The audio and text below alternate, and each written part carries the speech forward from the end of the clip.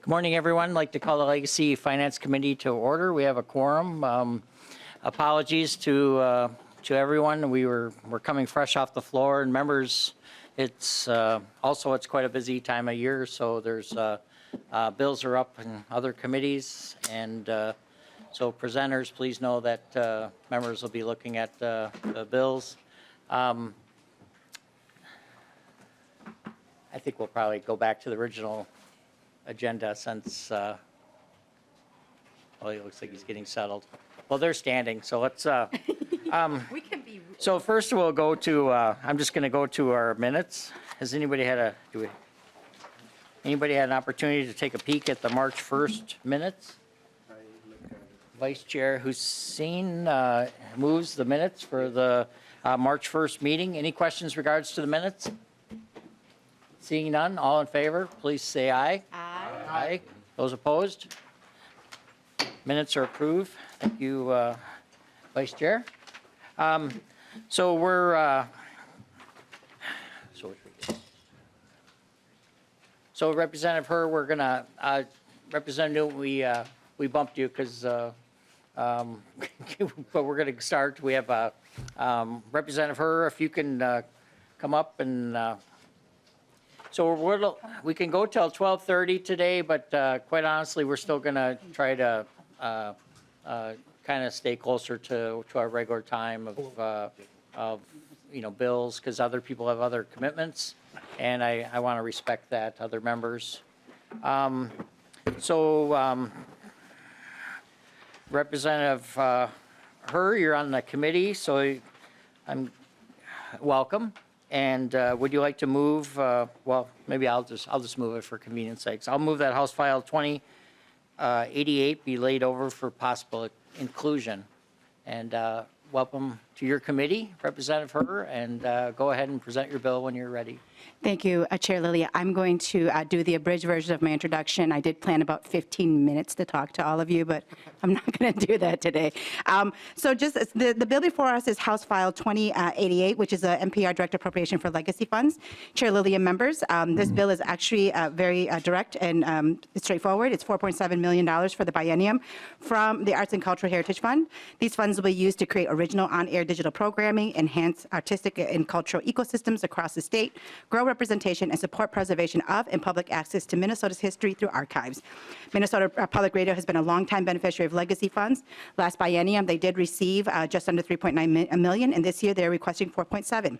I do have testifiers here today. See how quick that was, Chair Lillie?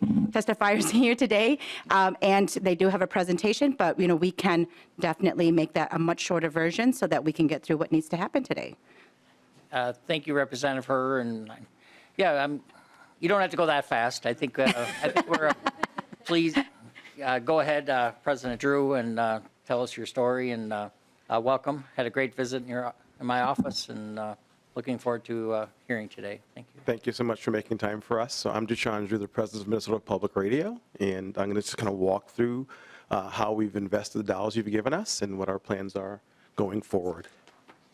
So, NPR covers the entire state. We've got 46 stations, and when you add our repeaters, we've got more than 80 different towers up across the state. And so we cover our communities from end to end. We reach about 1 million people every week through our 3 services, Your Classical NPR, The Current, and NPR News. And we're really invested in creating, a more networked, more connected, more aware Minnesota through the programming that we do, both on air, what's available online, and in programming out in community, a lot of events in communities all across the state.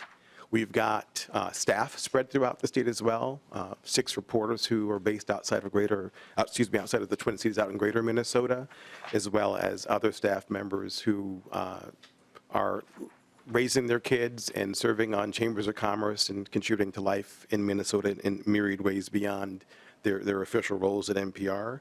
One of the things we're really keenly focused on, given our role at helping Minnesota better see itself, is making sure that we are more reflective of and connected to what Minnesota is and is becoming. So it's just worth noting that our staff is about 27% people of color, and our board is around 31% people of color. So actively working to make sure that we are connected to more of who we are. The legacy dollars that you've given us have been invested all throughout the state in arts programming and cultural programming and historical programming, and our goal is, as Representative Hurst says, is to build upon that, really expand in the work that we're able to do to help Minnesota better see and value itself. Our biennium request that we got last time was for $3.9 million. This year, we're requesting a little bit more so we can do more and keep up with rising costs. And the goal really is just to make sure that the programming remains strong. So I've noted already. You don't have to go so fast. Okay, all right. Chair Lillie gave us the permission. Okay, to go with it. I appreciate that. So, let me just highlight here, there are 4 key areas. We put a lot of emphasis on preserving Minnesota's cultural history, producing live events, arts events all across the state, showcasing Minnesota artists, and expanding music education across the state. We have, through your classical NPR, a program called Class Notes that brings Minnesota artists into classrooms all across Minnesota, giving young children a chance to see in real life what it means to be a professional musician, performer, different genres, and a chance to imagine what they might be when they grow up. You can see on the next one there that, we've been to almost 100 communities just in the 2021-22 cycle. Our goal is to continue reaching places that we haven't been, as well as certainly to revisit some places we have, and to be a real support to classroom teachers that are trying to bring music education alive. As you can see there, we've got a couple testimonials. There are teachers all across the state who really come to rely on and value this programming.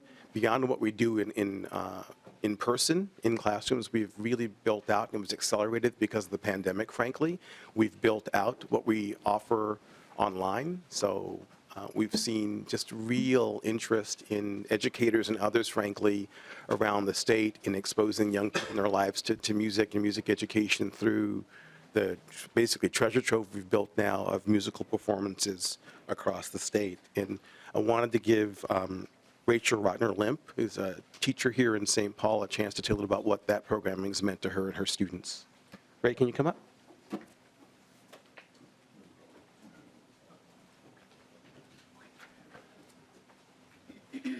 Hi, welcome to the Legacy Committee, and go ahead and please state your name for the record but go ahead when you're ready, please. Thank you. My name is Rachel Rutger-Limp. I am currently the K-6 General Music Educator at College Prep Elementary School. College Prep Elementary School is a small Title I public charter school in St. Paul. We have a focus on cultures and project-based learning. Including the school I'm currently working at, I have worked my whole teaching career thus far in Title I schools. These are high poverty schools that qualify to receive extra support from the federal government to best support low-income students. Roughly 60% of my students told me that prior to our first Class Notes concert, they had never seen a musician perform live.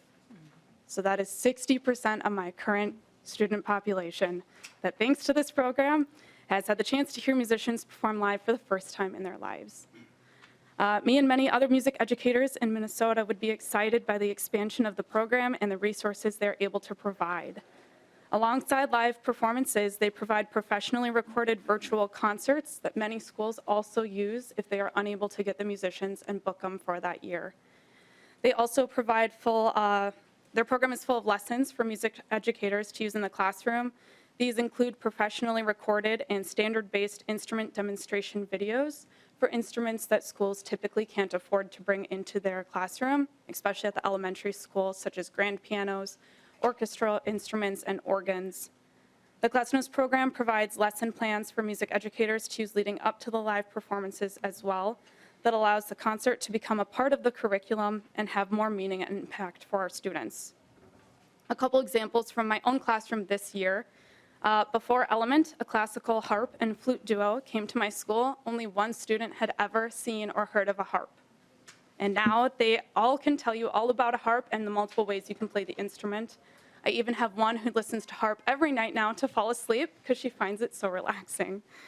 Tatambe West African Dance Ensemble came to my school in October, and now still when students are given the chance to free dance, they still joyfully celebrate that they can remember the entire dance of one of them that they were taught by that group.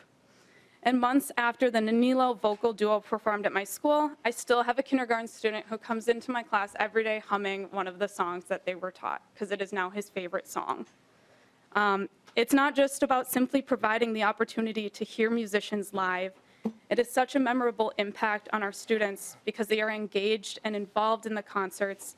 They are learning about the music prior to and during the concert from professional musicians, and are hearing musicians that they would likely not have the opportunity to ever hear if it weren't for this program, and continuing to talk about it months and sometimes years after the visits at our school. The Class Notes program has directly impacted over 1,000 students in my own classrooms, and we have just heard from Deshawn that this program has reached 23,000 students in the last school year.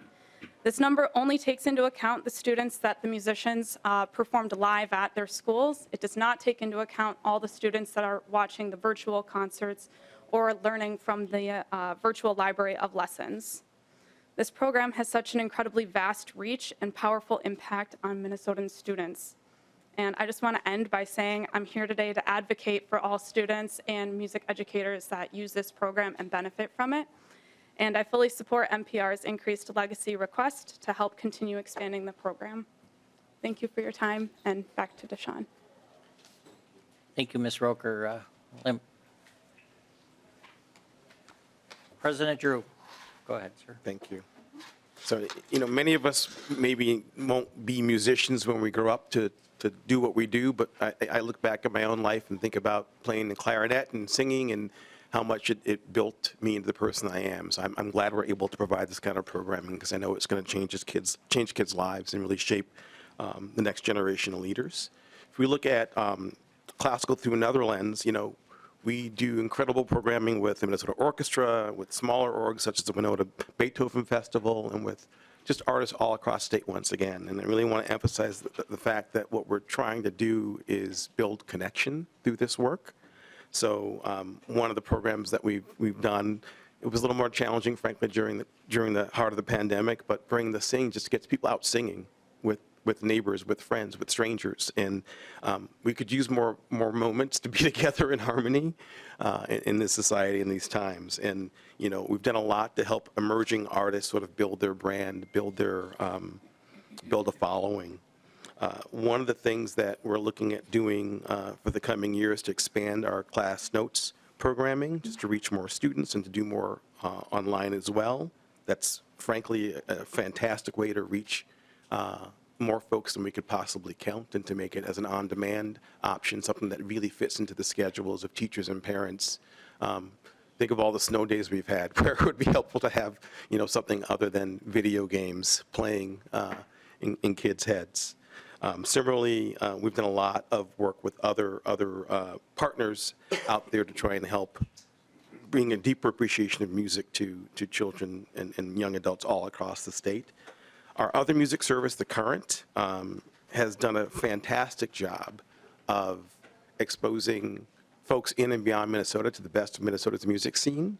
As you see there, more than 800 artists have been featured recently, more than 15,000 spins, and almost 1,000 hours of Minnesota music. We really, I would say, are the biggest champion of the Minnesota music scene, have been, are committed to it, and as you're well aware, many of those folks jump out of being regionally significant to being internationally significant, and we're committed to continue to do that work. And really, both of our music services, I should say, are really very much about music discovery. We're not Spotify. That has its place, obviously, but the reason you come to us is to hear things you wouldn't necessarily hear anyplace else. And we're really committed to making sure you hear the best of what this region has to offer. The Current's focus has really allowed it to certainly over the air connect with the community, build a sense of community, but they've done programming all across Minnesota, and the range of artists is also, I think, something worth underscoring, from someone like Dave Simonet to the sounds of blackness. We cover so many different genres in our programming by design because that's who we are. We cover a lot of musicians that maybe you wouldn't like, but somebody else loves, and vice versa. And so that's our goal, really, is to make sure that they have a chance to break through and be seen and heard. And it's the whole mix of artists. We do programming. You see there, at the State Fair, young, sort of emerging, Hmong American pop singer, Kalia Universe got the mic, and that's what we're here for, is to kind of move that spotlight or that microphone around over time. We're asking for increased support for a handful of reasons here. We're approaching 20 years old, and we really want to make the most of the celebration. I want to underscore that so much of the money that we invest in this is passed through to the artists. We pay them for their work. So a lot of the work that we're doing through both the current and classical, and news I'll get to shortly, goes into creatives all across the state for their good work. We launched, and we can switch to the next slide. We launched in June a new hip hop and R&B stream called Carbon Sound. We're one of 9 publicly funded hip hop and R&B format stations in the country now. We built ours from scratch along with KMOJ here in North Minneapolis. It's a partnership of 2 orgs that are invested in reflecting who we are. And we all know that our state and our country is becoming more diverse. And no matter what business you're in, you're trying to better understand and serve emerging communities. And this partnership has allowed us to create something that wasn't here before, and that I think will be in a way that the Current has become the dominant player in its space nationally, the #1 AAA station in the country. We expect Carbon Sound to fill a similar space in the years ahead, where this is where people all over the country come to understand our music. And they've already won a national award, and they're only about 8 months old. And we're looking to build on what we've got started here to make sure more people are aware of. They were at 7th Street Entry last night, in fact, doing programming. So really coming out of the gate strong, and we want to build on that. At NPR News, similarly, a lot of good things happening with legacy dollars. Our arts coverage, much of that is supported with the funding that you provide. We added last spring a new feature called North Star Journey, which is designed to help get at some of the untold stories of communities all across the state. It was a mix of stories produced by our own staff and by freelancers, and it was a competitive process. We had folks submit ideas. I think we got 120 from our staff alone, and took the best 40 or so and produced just a wide range of stories that really show aspects of life here, the richness of what it means to be a Minnesotan. I like to say that there are a lot of ways to be Minnesotan. We are committed to capturing and reflecting as many of them as possible. About 36% of the stories we did through our arts and cultural programming on the news side were stories that were out of greater Minnesota. As I mentioned earlier, we have 6 reporters who are based full-time beyond the Twin Cities, and then those who are based in Twin Cities also get in their cars and drive. So do a lot to make sure that we're on top of what's going on, especially the things that I think give us a better sense of what the best things about this place are. Art Hounds, you're probably all familiar with. It runs on Thursdays in the morning and then in the afternoon. And what I love about that is it's community driven. We get folks in community to do storytelling around different arts projects popping up in their communities. And that's an important part of how we try to do our programming too, which is we hand over the mic with some frequency, so you hear a wide range of people and communities in our programming. I mentioned North Star Journey earlier, just very briefly. The purpose of that really was there's a lot of understandable coverage of some of the challenging aspects of life here, and often the trauma, especially in the wake of George Floyd's murder, got quite a bit of attention, and we wanted to make sure we were intentionally going beyond that to capture resilience and capture joy and capture the sense of agency that flows through those communities as well. We had a podcast called Untitled Roots that just was once again kind of an exploration of what it's like to be here over the generations, and we're extending that programming into this year. It was very, very well received. For next year, the next biennium rather, we're looking to expand our arts coverage. We're looking to do more, especially in an age where the digital side of things is more and more important. We're looking to do more visually, both in terms of photos and videos, to serve folks who consume their information that way. And we'd like to get Art Hounds to even more communities and make sure we're, as I said, a good reflection of who and what we are. We're, as you're probably well aware, we've hit the 50th anniversary of Wounded Knee this year, and we want to make sure we take a good look at that in our programming so that we understand more of how we got to now. And another project that we're excited about is called Minnesota Monuments, where we're going to have an interactive, public-driven project where we're going to encourage folks all across the state to help us document plaques, statues, and other markers across Minnesota, and over time build, I think, a really cool look at how we remember and honor folks. So the archive, if you've not ever spent time there, I would encourage it. It's just a great, once again, treasure trove of wonderful stories from over the years, and just captures some of the most important and interesting people who've made a life here, who've had an impact on this place. And we're in the middle of, with all the technological changes that have happened over the 55-year span, just updating our technologies so that we can, go from reel to reel into digital content spaces. And just quickly, some of the other programs. I don't presume that everybody here listens to all three services wire to wire, so really trying to make sure you get a smattering of, across all three of them, a sense of, what we're doing with these investments from, the local show on the Current to Rock the Cradle, which is this weekend. If you've got little ones in your life, I'd encourage you to get out to it. It's going to be a lot of fun. To the Radio Camp is a program we started some years ago where we work with high school students with an interest in journalism and communications fields, and we spend a week mentoring them and they produce stories. And I can tell you that that's part of a larger program, and two of the used to be young people, they're still younger than I am, obviously, two of the graduates of the 360 program are now on staff with us. So we talk about pipelines, talk about pathways, talk about investing in youth and helping them figure out what they can do as adults. Some of them are going to become musicians, some of them hopefully are going to become journalists or hosts on other stations, and we're making investments to give the youngest among us a sense of what they could be and do.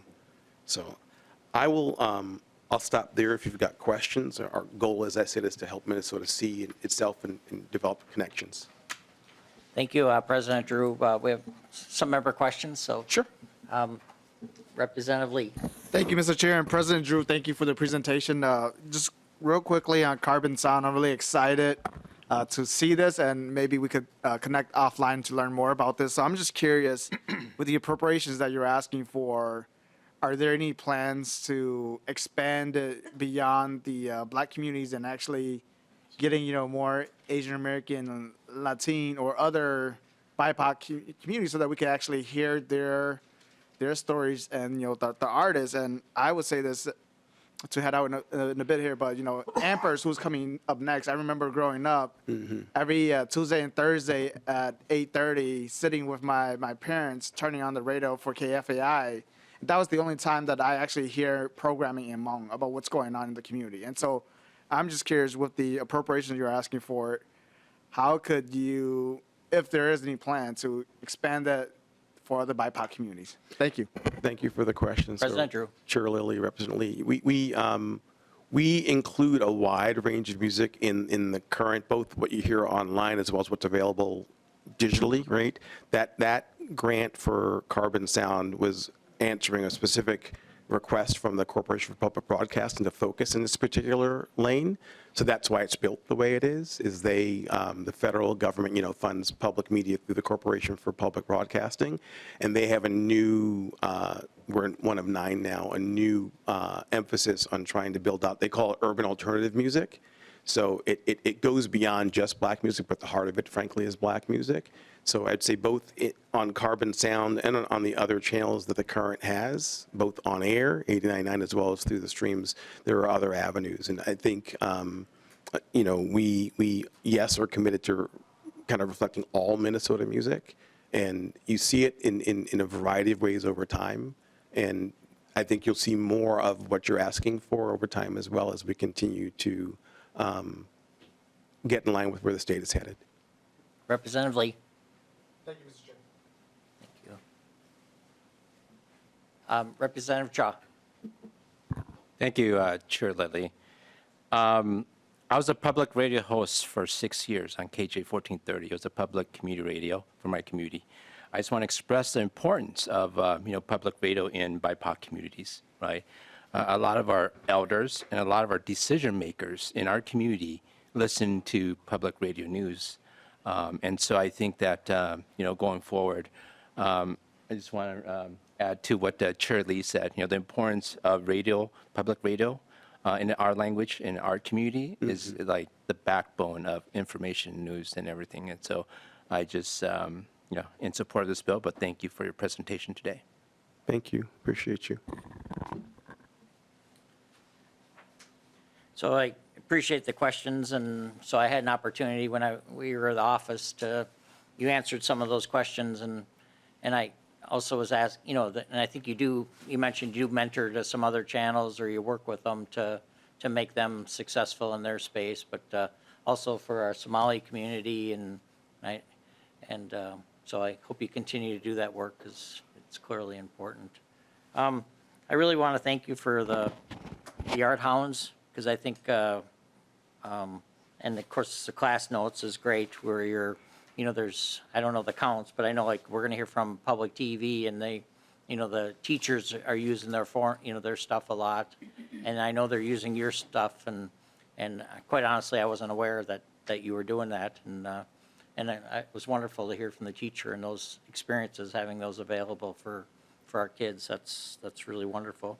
I hope that you're able to kind of reach beyond Art Hounds, although that's good. I think it's really helpful for us, so you can tell because a lot of our work here as a committee goes to artists and, and other, the other parts of the pie. Mm-hmm. But if you can tell, even water or work, I look out in the crowd and I see history people, I see, so there's other, maybe you can come up with other beyond Art Hounds, but, maybe, there's a lot of clean water work that we're able to do, and outdoor heritage, so maybe you can reach into those kind of areas too. But I really do value what you're doing with the Art Hounds. But thank you for your work, and I love your phrasing today, how you said and I think that's kind of a commitment that we have generally as a committee, but in your space, you're calling it moving the mic. And I think as a committee, we've been trying to move the needle on things, but I really love the phrasing. Representative Herr, do you have any final comments? Just a couple of quick final comments, Chair Lillie, and thank you, Chair and members. NPR is a valuable asset for Minnesota. It is the source of reliable and unbiased information for news, history, arts, and culture, and we are a better state when we invest in resources that makes us richer. I would have to say that my two children grew up listening to classical music with me, and they often would ask me, can we listen to some pop music? And I said, no, your brains are better when you listen to NPR.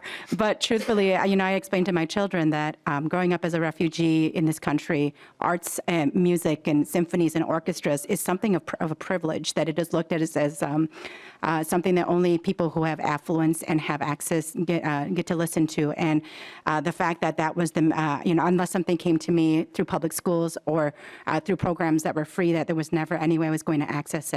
And so the fact that we have such great resources that are available to everyone is really critical. And we do know the impact of the brain on music on early brain development. We know about having to hear diverse stories and the impact of children and their identity. And so this is not just something I think that adults listen to. This is something that actually all of our community can listen to make us richer and better. So I ask the committee support for the additional fund for this continued funding for NPR, and I renew my motion to lay the bill over for possible inclusion. Thank you. The bill is laid over, and thank you, President Drew and Representative Herr. Thank you, Chairman. So Representative Newton, as you're coming forward, thank you for your patience on the moving of the agenda, but I'll move that House File 1146 be laid over for possible inclusion. Welcome, Representative Newton, and go ahead and when you're ready and present your bill, please. Thank you, Mr. Chair and members of the committee. I'm here to present House File 1146, and this is a bill that appropriates funding for a new public television initiative to produce stories about Minnesota's veterans and military history. The stations will work with the Military Museum located at Camp Ripley right now, but about to move. And they'll be produced by stations which will be used for exhibits in the new Military Museum. This initiative is before you today because of the positive public reaction to the legacy initiative in public television called the Minnesota Remembers Vietnam. That statewide project was well received by Minnesotans. We learned that Minnesota's veterans have many more stories to tell, and we should expand our work to a broader range. There are stories from the past 30 years in the Persian Gulf and stories from veterans of earlier eras, including the Cold War. With me today representing the Minnesota Public Television Association is Sherry Lemke, and President and General Manager of Pioneer PBS, and she'll be followed by Randall Dietrich, who's the Executive Director of the Military Museum. Thank you, Mr. Chair. Thank you, Representative Newton. Ms. Dietrich, go ahead, please. Thank you. Chair Lillie and members of the committee, for the record, my name is Sherry Lamke, President and General Manager of Pioneer PBS in Granite Falls. Sorry. That's okay. And just for the record, this is the special initiative around veteran stories. It isn't the full legacy ask for MPTA. In the years since Minnesota Public Television stations produced Minnesota Remembers Vietnam, veterans of many wars who saw these programs have contacted stations and asked to share their stories as well. We do what we can each year, but we could be doing more. Some of the stories we have shared at Pioneer involved veterans who learned through many years of struggle to deal with the traumas they endured. They've told us that telling those stories of survival was not only cathartic for them, but has helped their fellow veterans. Some have started going into schools and talking with students about their experience, using our programs as introductions so students are prepared to ask them questions, invaluably putting regional voices into their history classes and making the student experience that much richer. We've also seen people become inspired to uncover stories within their own families. In the past year, one such story was called 40 Thieves on Saipan. A son uncovers his father's true story. That segment received an Upper Midwest Emmy Award. We've also received the following feedback from a brother of a fallen Vietnam soldier featured in our recently premiered Landmarks Minnesota Medal of Honor documentary. It's quite an honor to have Dale's story told on PBS. They were all hometown boys just doing their job. What might they have done with their lives? Like all the legacy stories MPTA produces, these are always available to see again and again through online viewing and repeat broadcasts. With this MPTA's proposed Veteran Story Initiative, we are also exploring ways we might partner with the Minnesota Military Museum, both in sourcing content and in sharing content. Over the past few years, we've been fortunate to have veterans and historians come to us and want to share their stories. This work is important and often cannot be delayed, like the story of a Korean War veteran from Madison, Minnesota, which we premiered in a theater in Madison, Minnesota, with a couple hundred of his closest friends. That veteran felt honored in person that day, and he passed away about 6 months later. These are important stories. We have a great track record in telling them, and we would like to document more veteran stories to celebrate the service of these men and women and to preserve their stories for future generations. We appreciate your support in helping us bring these stories of Minnesota's veterans and military service to our regions and share them as widely as we possibly can. Thank you for your time today. Thank you, Ms. Lamke.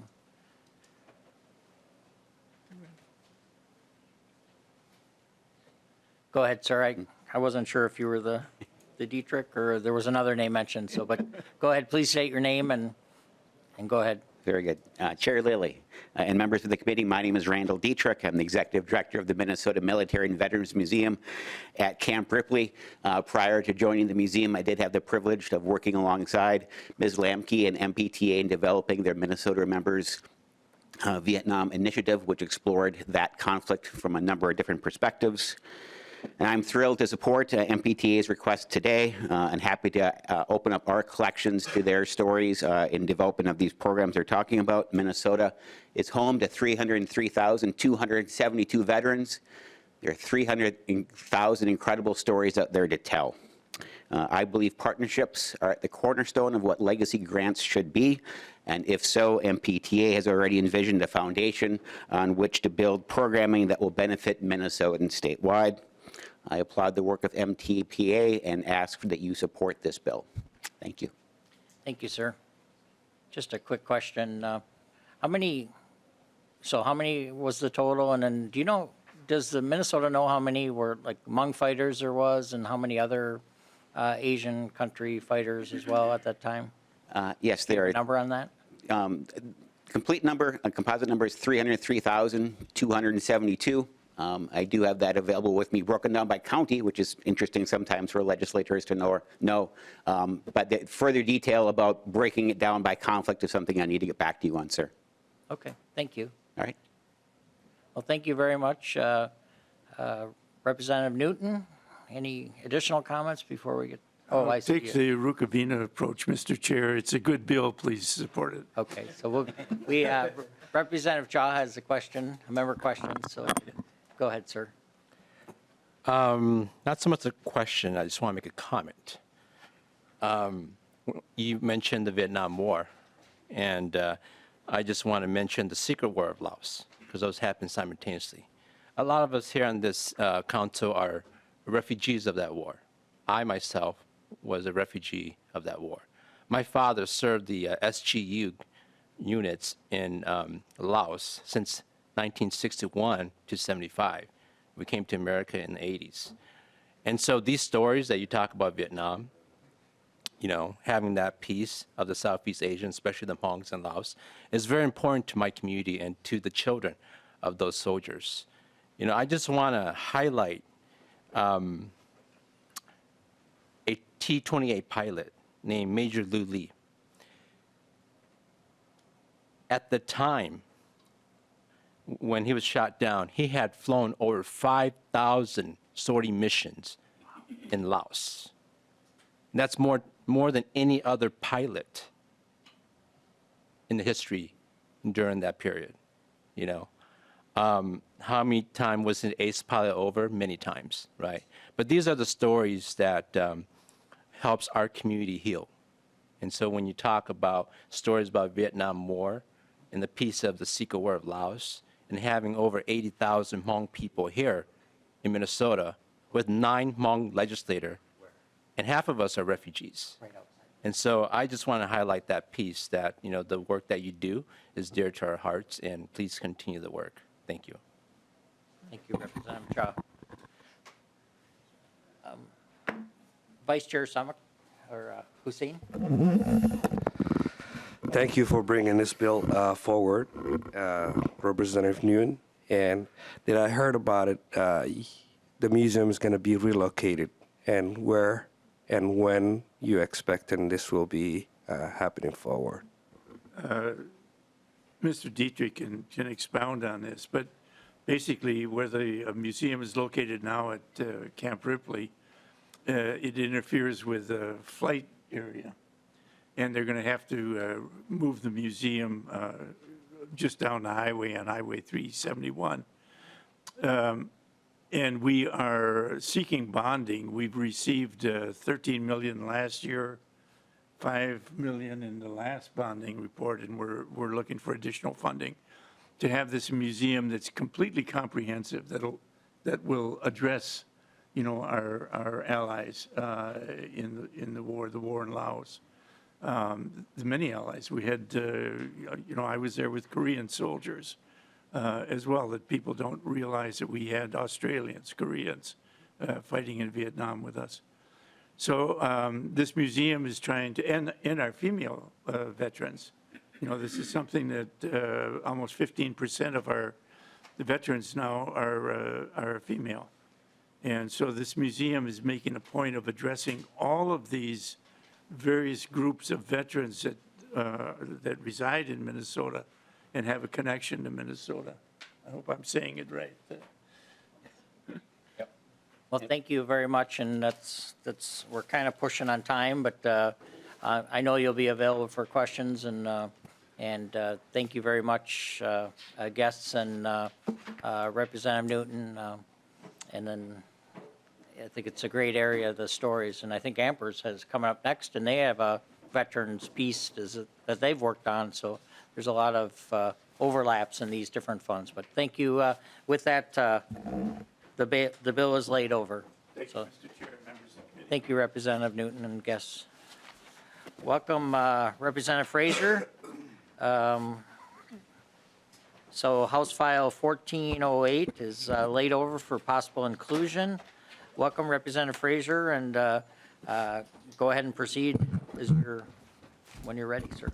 Thank you, Mr. Chair and committee members. And I sitting in and I heard Representative Cha, tell that story. Thank you for sharing that. I've got some career service members in my family, served in the Korean War, served in all of the Gulf Wars. But I've heard some of those stories growing up from those members of my family. But I also know that we're going to talk about these radio stations, that they have programming that share those stories to the community. And without it, we don't often have the ability to share those stories. And as you talked about, have an opportunity to heal, an opportunity to be educated and connect with those folks that have, fought for us and represented our countries. Thank you for sharing that. Mr. Chair, committee members, thank you for having me here. Today I want to talk about and impress upon you to provide support for House File 1408. We're asking for $3.9 million in legacy funding for Ampers ended stations. This is the same amount that they received the last biennium. Ampers is the Association of Minnesota Public Education Radio Stations. Many of you have heard me talk about Ampers before. I talk about it glowingly because I was a president of a nonprofit of their board for a while that oversees KMOJ Radio that sits in North Minneapolis. So it's very near and dear to me, that personal experience. The association represents 18 independent community radio stations. And I have 4 of those stations, including KMOJ, within my district, KFAI, Jazz 88, and Radio K. Love them all. Ampers and the stations have been able to produce award-winning work with these legacy funds. In fact, it is a training ground for some folks that have gone on to larger metropolitan areas to be high-level profile personalities on those shows or work in the production on behind the scenes.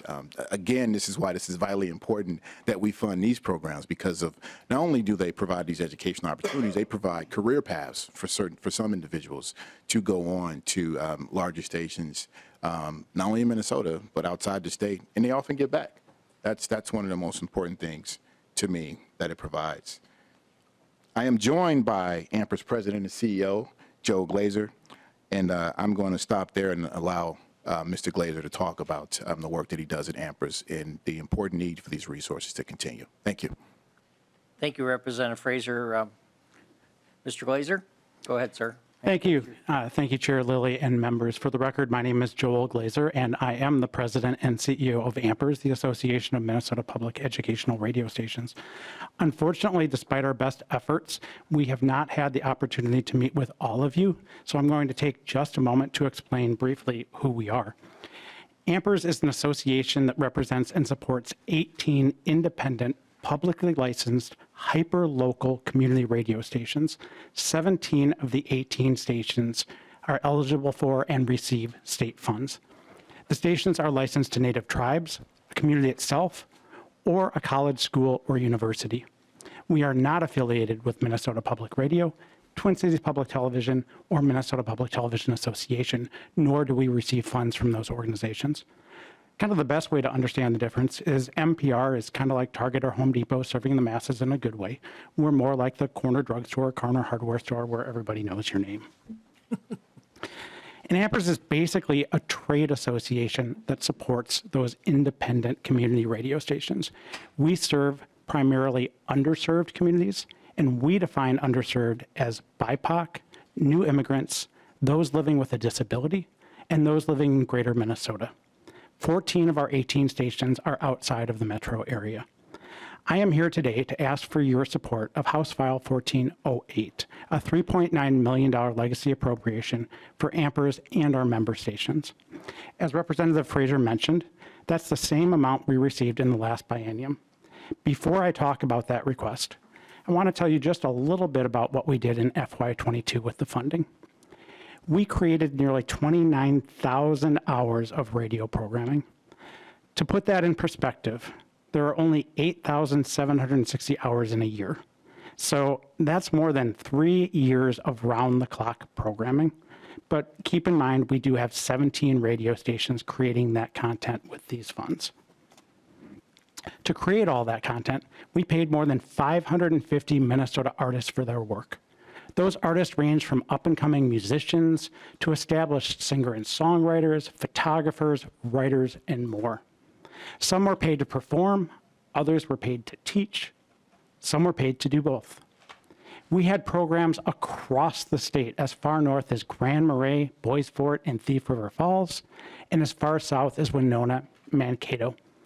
Our legacy programming is truly statewide, with much of it created by and for local underserved communities.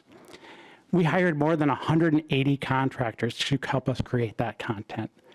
Yes, some were contract radio producers, but we also contracted with community members and educators, including Native American elders, to help with language and history preservation. The funds helped to support 17 FTEs across the state, resulting in more than 2,500 radio segments. We now have more than 26,000 legacy segments housed on AMPER's website. Many of those segments are award-winning.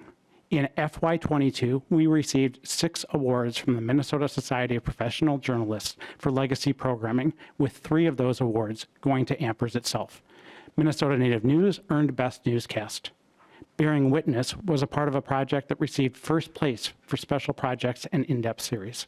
And Counter Stories took 3rd place in the Best Podcast division. Our member station KFAI earned 3 SPJ awards as well. Mini Culture earned 2nd place in the Best Podcast category. Their Hidden Black Foodways also earned a 2nd place, but in the In-Depth Series category. And their 10,000 Fresh Voices earned 3rd place in the Best Feature category. And finally, member station KQAL in Winona earned a 1st place Eric Severide Award for their Culture Click series from the Midwest Broadcast Journalist Association. To get a better feel for our programming, I had my production team put together this very brief video, and it is brief. Bonjour. Today we're going to learn the Ojibwe word for summer. Members and Chair, can you hear that? Because if you can, okay, if you can, okay. I was going to play it from my phone if you can't. My apologies. We'll do that again. Today we're going to learn the Ojibwe word for summer. Nibin. 1944. Virginia May Hope in Winnebago, Minnesota, had nerves of steel. She was a wasp. So it is June, and oftentimes when June comes around, folks start to think towards summer, they start to think towards all of these different things, but there's also Juneteenth.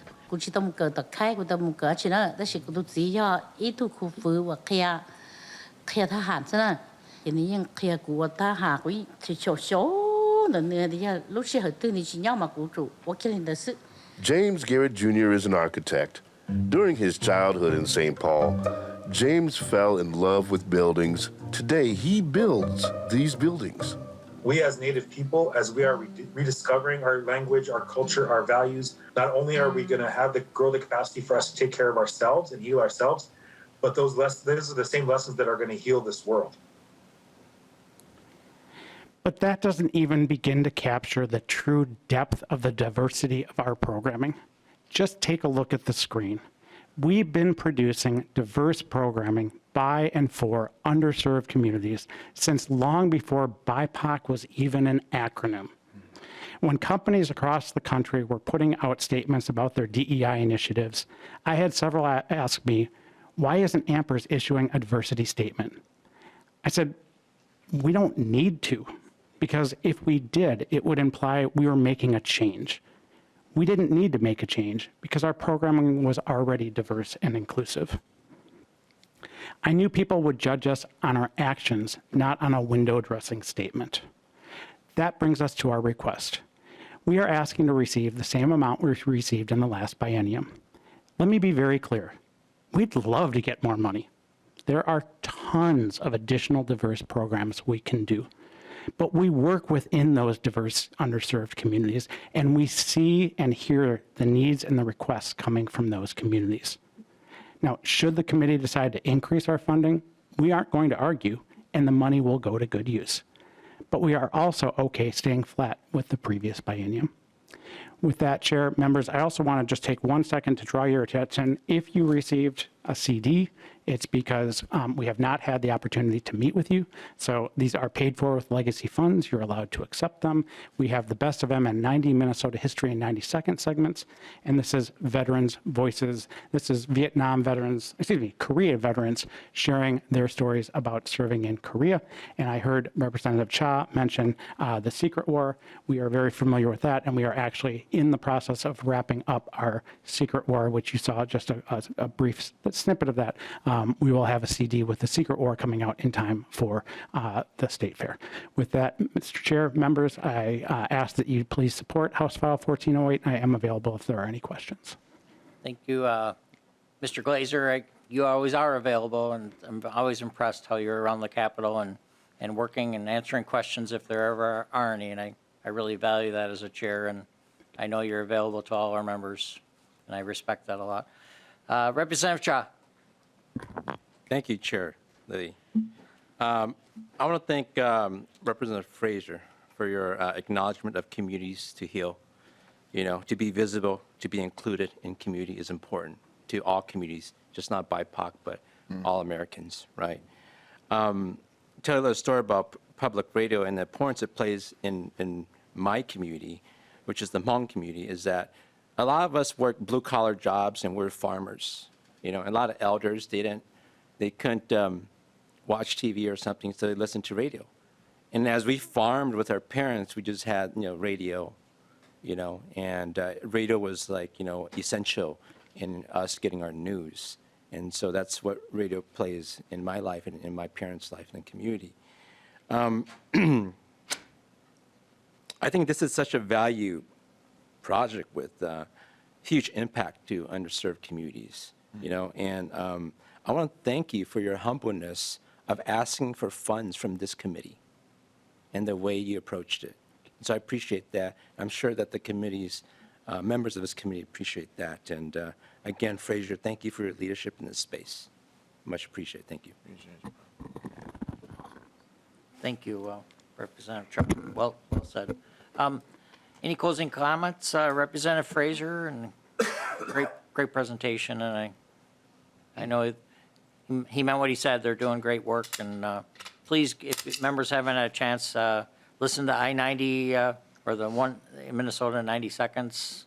Are amazing stories, and there's a series of them, and they put out a new one each year. I think they put them out at the State Fair or something, and then the veterans piece. I'm excited to hear. I'm literally have a flash drive in my computer listening to the Korean one, but I'm excited to hear about the new one. But Representative Frazier, any final comments?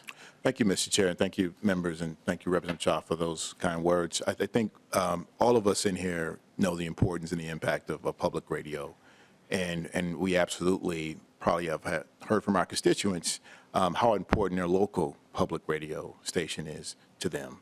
So for me, I think Mr. Glazer did a great job of laying things out of how much they support those radio stations, and so they can continue to do that work.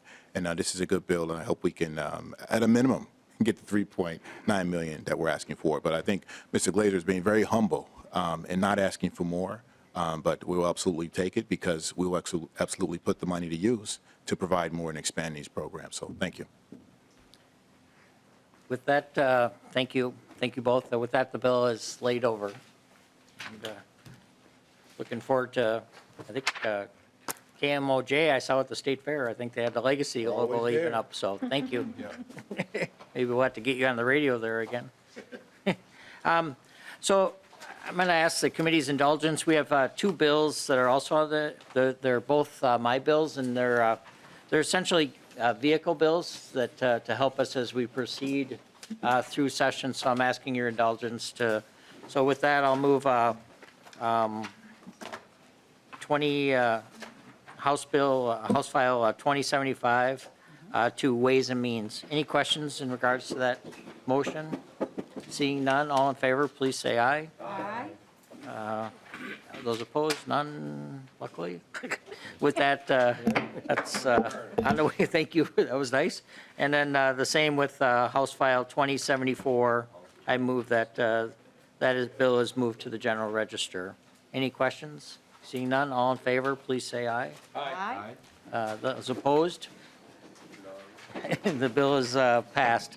With that, thank you for your indulgence. I'm sorry we were late with session, and we had heard some good presentations today, and I know that all the presenters are available for questions. Just a warning, we're going to have a Friday opportunity coming up next week.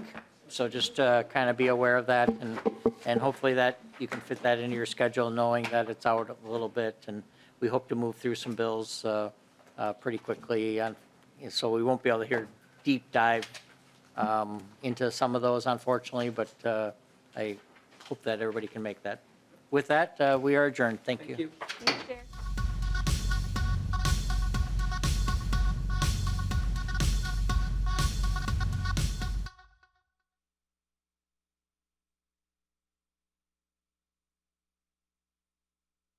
Thank you.